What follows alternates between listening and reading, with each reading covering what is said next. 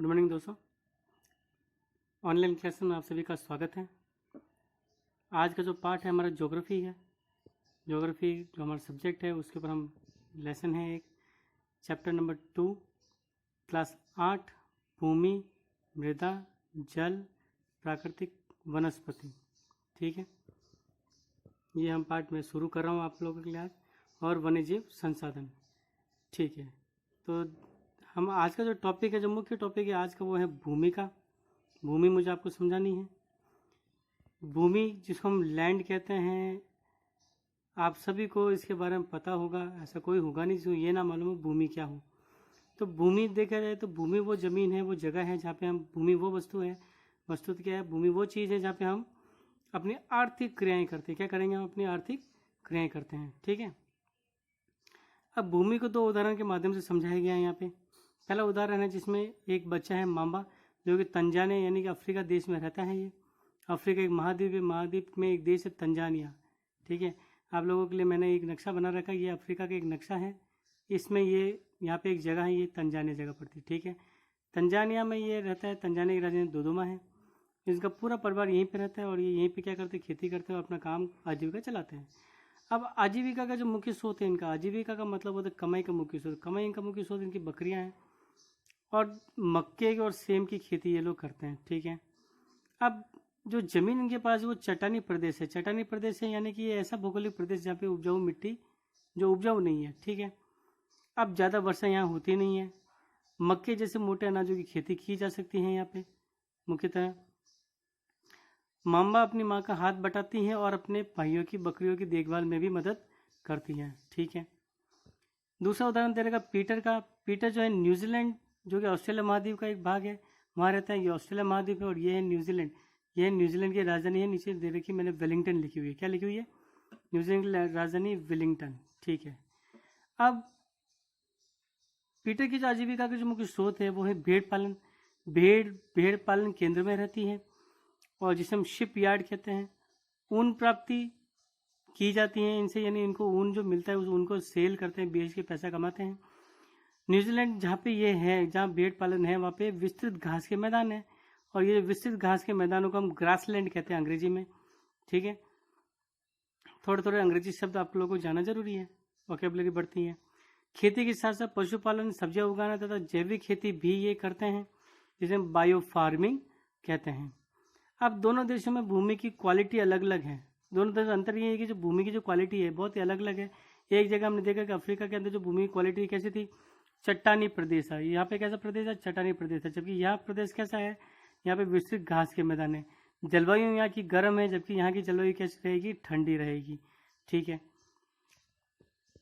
अब विश्व जो है, जो पूरी जो पृथ्वी है अपनी देखे जाए तो जो पूरी पृथ्वी है, उस पूरी पृथ्वी का 70% भाग तो केवल पानी पानी है। कितना है, 70% भाग तो है पानी पानी। बाकी हमारे पास बचती है 30% जमीन। अब इस 30% का जो 100% है, यानी अपने पास अगर 100% जमीन है, लैंड है, तो 100% लैंड में हम केवल 30% भूमि का उपयोग करते हैं। और इस 30% भूमि जो है उस पर 90% जनसंख्या रहती है। कितनी प्रतिशत जनसंख्या रहेगी, 90% जनसंख्या रहेगी। यानी जो शेष 70% जनसंख्या बच जाती है वो कैसी है, भूमि जो है वो निर्जन है। 70% जो भूमि है वो कैसी निर्जन है या विरल जनसंख्या। निर्जन मतलब या तो बिल्कुल ही कोई नहीं रहता वहाँ पे, या विरल जनसंख्या यानी थोड़े बहुत लोग रहते होंगे। स्पार्सली पॉपुलेटेड कहते हैं हम विरल को। ऐसे प्रदेश कौन से होते हैं, ऐसे प्रदेश ठंडे प्रदेश हो सकते हैं, गर्म प्रदेश हो सकते हैं। अब ऐसा क्यों होता है, जनसंख्या का जो वितरण है असमान क्यों होता है, अपने पास सवाल ये है। तो जनसंख्या देखें, भूमि जनसंख्या के वितरण के दो प्रमुख कारक हैं, भूमि लैंड, ये जलवायु यानी क्लाइमेट। इनके लक्षण के आधार पर ही जनसंख्या का वितरण क्या होता है, असमान होता है। ठीक है, अब सवाल ये आता है कि लोग ज़्यादा कहाँ रहेंगे, तो लोग ज़्यादा वही रहेंगे जहाँ पे मैदान कैसे रहेंगे, उर्वर मैदान होंगे। मैदान कैसे होंगे, उर्वर होंगे, यानी कि फर्टाइल प्लेन होंगे। ठीक है, और नदी घाटियाँ होंगी, यानी नदियों की घाटियाँ होंगी, जहाँ पे नदियाँ मिलती होंगी। नदियाँ जब मैदानों में आती होगी उनको नदी घाटी कहते हैं। वहाँ पे जो ज़मीन मिलेगी वो बहुत उपजाऊ होगी, पानी की उपलब्धता होगी, वहाँ पे सघन जनसंख्या होगी। जनसंख्या कैसी होगी दोस्तों, सघन जनसंख्या होगी वहाँ पे। ठीक है, अब दूसरा सवाल ये होता है कि लोग कम कहाँ रहेंगे, तो लोग कम कहाँ रहेंगे, तो ऊबड़ खाबड़ स्थलाकृति जहाँ मिलेगी, लोग वहाँ कम रहेगी, जैसे यानी इस तरह की स्थिति, ऐसे ऊबड़ खाबड़, जिसको हम रफ टोपोग्राफी कहते हैं, ठीक है ना। स्थल की आकृति, स्थलाकृति मतलब स्थल की आकृति।